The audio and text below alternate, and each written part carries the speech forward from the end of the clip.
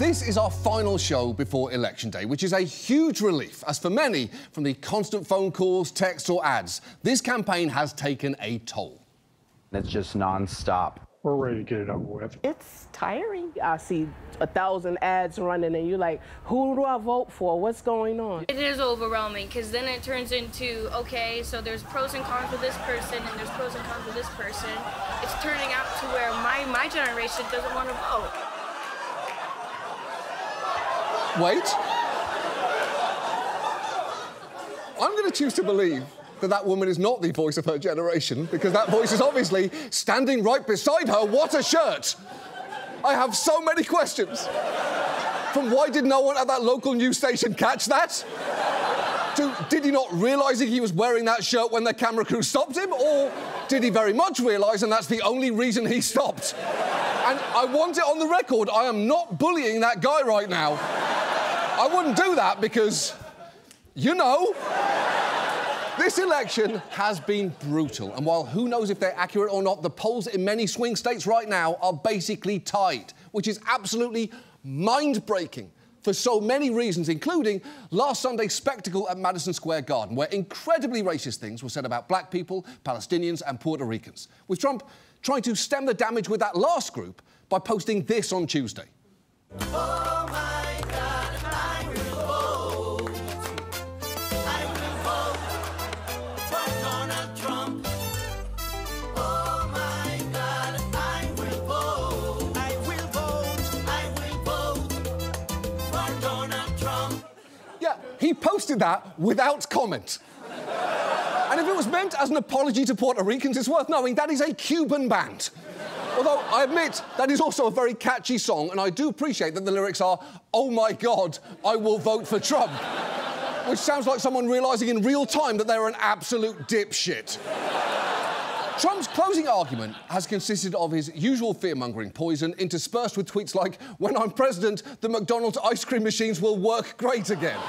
Which is both a very weird and a frustratingly funny thing for him to say. And that has honestly been a real problem in trying to talk about Trump ever since he rode down that fucking escalator. It's been an issue for us at this show. Just last week, we showed you this clip of him talking about immigrants. They're destroying the blood of our country. That's what they're doing. They're destroying our country. They don't like it when I said that. And I never read Mein Kampf. They said, oh, Hitler said that in a much different way. Here's the thing, that is such a funny thing to say at the end there, it almost distracts you from what came before it, because paraphrasing Mein Kampf is horrific, but pronouncing it Mein Kampf, like a substitute teacher sounding out a student's name during attendance, is objectively funny. It shouldn't be, but it just is. And it's yet another case of what's ridiculous about Trump, very effectively distracting from what makes him so dangerous. That may be one of the reasons Trump was able to become president in the first place and why he might be about to do it again. This could come down to a handful of votes in a handful of states. And given that, I've been thinking, what am I going to be feeling on Wednesday? And is there anything I'm going to wish I'd said right now? So that is what the rest of this is going to be. And look, for the past few months, we've talked a lot about Donald Trump and the danger that he poses. We've admittedly talked less about Kamala Harris and her proposals, but that's for a pretty clear reason. Picking apart policy proposals when the alternative is Trump is a bit like debating which colour to paint the living room when your house is on fucking fire. You kind of have to prioritise the imminent threat. But real quick, while Harris's platform is by no means everything I would personally want, there's stuff I like. Her proposal to expand Medicare so it covers long-term care and includes services like in-home aids would be transformative. And economists say her proposals would boost the income of the poorest Americans by 18%. As for abortion, she promises to protect and expand reproductive freedom, which is critical, especially as stories come to light of women literally dying thanks to abortion restrictions. Just this week, we learned of a teenager in Texas who died after 3 ER visits thanks to their abortion ban. As for Trump, we have talked about how with Project 2025, he'll have a roadmap to bend the government to his will, how he'll push the judiciary even further right, and that he's promising a mass deportation programme that'll be even more destructive to immigrants' lives than his first term was. What's more, when RFK was running, we talked about how dangerous he could be. But Trump's now promising to put him in charge of public health, saying he'll let him go wild on health. And RFK's been specific about what he's been offered. The key that I think that President Trump has promised me is control of the public health agencies, which are HHS and its sub-agencies, CDC, FDA, NIH, and a few others. OK, first, just wipe your camera with your sleeve or a dead bear or whatever else you have hanging around. But more importantly, that's very bad. To put it mildly, you don't want RFK in charge of the CDC if there's another pandemic, or even if there isn't. All of that is why a bunch of our stories this year have ended with me telling you to vote against Donald Trump. But to be clear, I am voting for Kamala Harris, and I think you should too. And if you're a die-hard Harris supporter, and we're going to do that anyway, that's great. But the next few minutes aren't actually going to be for you. And if you're a die-hard Trump supporter, they're not going to be for you either. And incidentally, what the fuck are you even doing here? I presume YouTube pushed this clip to you after I played that certified banger earlier, and you then got very disappointed when I called you a dipshit. But for everyone else, I just want to elaborate a bit on the sentence, vote for Kamala Harris. If you watch this show, you know I've had plenty of issues with the administration she's been part of, particularly when it comes to their policies on immigration and, of course, Gaza. We've talked multiple times about how the Biden administration's response to the ongoing slaughter is indefensible, and people are rightly furious about it. In Michigan, more than 100,000 voters checked uncommitted on their primary ballots in February rather than vote for Biden. That protest vote was organised by a coalition called the Uncommitted Movement, led by Arab and Muslim American Democrats. And there are still many Michigan voters, which is, by the way, a crucial swing state, who are struggling with the idea of voting for Harris. Now, I'm a Democrat. It puts me in a very awkward position. How can I tell the Dearborn pharmacist who lost 80 members of his family in one day to vote for the vice president? What does that mean you put on the ballot paper? I might just leave it blank. For some of us, asking who we are going to vote for at the top of the ticket and be strategic about it is like asking who we're going to vote for while we are at a funeral. I think the Arab American community is likely not to vote for Harris. I'm fairly certain of that. I don't know how I'm going to vote. I'm not going to lie to you. In my heart, I don't want Trump to win. I think he's not just a disaster for Arab Americans, but he's also a disaster for all Americans. Deep in my heart, I'm rooting for her. Look, I get why this is so difficult. And I know there are some who won't vote for Harris under any circumstances because of this issue. But I know there are others who may still be wrestling with this, and if it's OK, I'd like to talk to you for a second. And first, let me say, I wish Harris had done more to reach out to you. Beyond sending Bill Clinton to basically scold you this week, that didn't seem remotely helpful to me and honestly felt a bit like bullying. And as we all now know, bullying accomplishes almost nothing.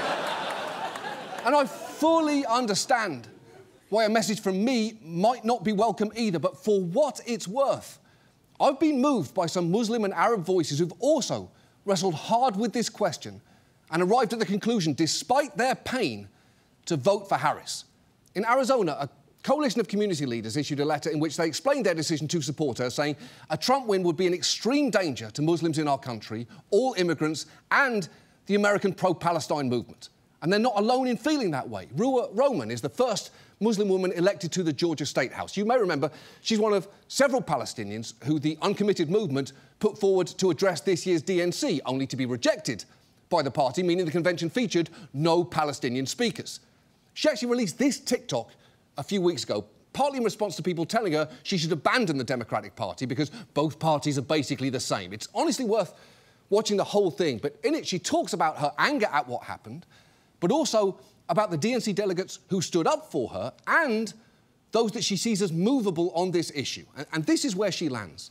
If I know that one party, there is only one viable party on the trajectory that I want them on, why would I leave that behind? There are people who are using my pain to virtue signal and convince you that the threats that we are facing are not actually that big of a deal.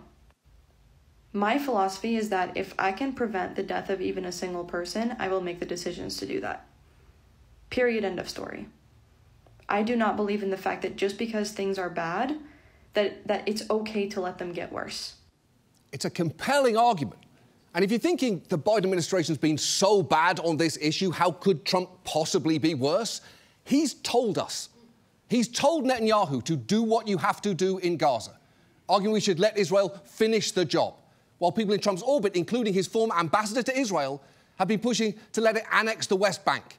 Meanwhile, Trump's also threatened to crush pro-Palestinian protests here in the US and to deport demonstrators. So I know it is hard to imagine things getting worse on this, but to be fair, Trump has always been one to roll up his sleeves, throw on a very unflattering vest, and dig us into a new layer of hell.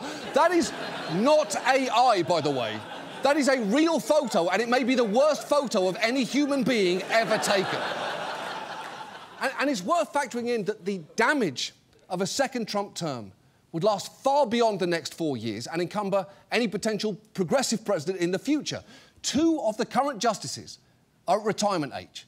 And because one of them rudely didn't take my very generous bus offer earlier this year, Trump could replace them with younger versions. At that point, he'd have appointed 5 members of the court and cemented a majority that will likely last for the rest of my life, which admittedly may not actually be that long if Measles McGee here is allowed to let everything get out of control. Look, I know this isn't inspiring to hear, but politics isn't always inspiring. It's transactional. It rarely matches our greatest hopes and dreams. I'll be honest, I really didn't want the first vote I cast as an American citizen to be for Joe fucking Biden, but here we are. Here is how I look at it. The struggle for justice isn't just about what happens on election day.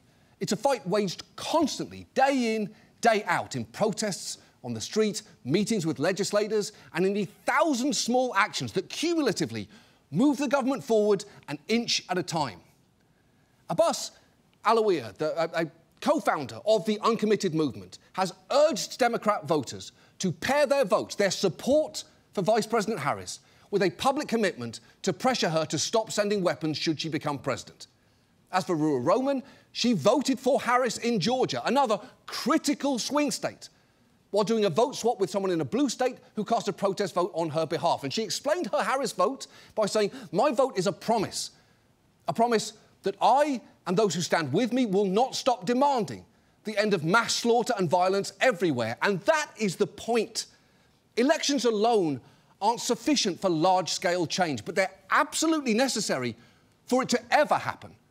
Because it's the day when you essentially get to choose who you'd prefer to be pushing for the next 4 years and where you'll be pushing them from. Look, I love this country. I'm an immigrant. I chose to be here.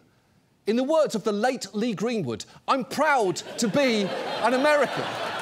And I'd argue there is nothing more American than having a healthy adversarial relationship with those in power, even if you voted for them.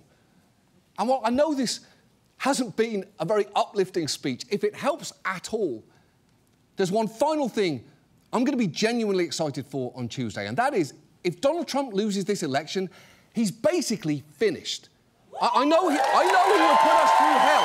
He would put us through hell before he left the stage, but when the dust settled, he'd have lost 2 elections in a row, and we would be campaigning as an 82-year-old next time. I think he'd be done. And doesn't that sound great? And I know the problems that he's a symptom of would of course remain, but we wouldn't have to deal with him anymore. Wouldn't it be great to live in a world where he's no longer an active threat, just an annoyance, where this photo could just be funny, rather than having geopolitical implications, where he can yell about ice cream machines and complain about windmills, and we all have the option of just not giving a shit about any of it at all.